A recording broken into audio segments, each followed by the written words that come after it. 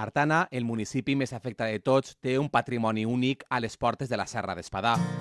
A 2 quilòmetres del poble, l'ermita de Santa Cristina, senya d'identitat, estava envoltada del foc. Era la nit del 29 de juliol. 4 dies després que començara l'incendi, arribava esta imatge als grups de WhatsApp. Esa noche fue la peor noche, con mucho miedo.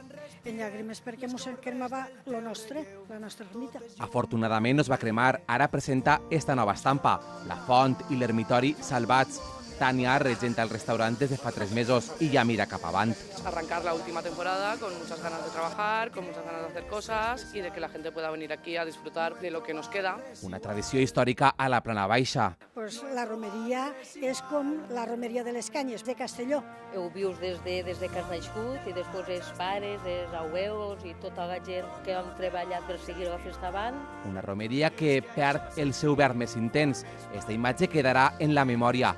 Com a nostra patrona hi ha que mantenir-la. La tradició de seguir avant i que no s'acabe.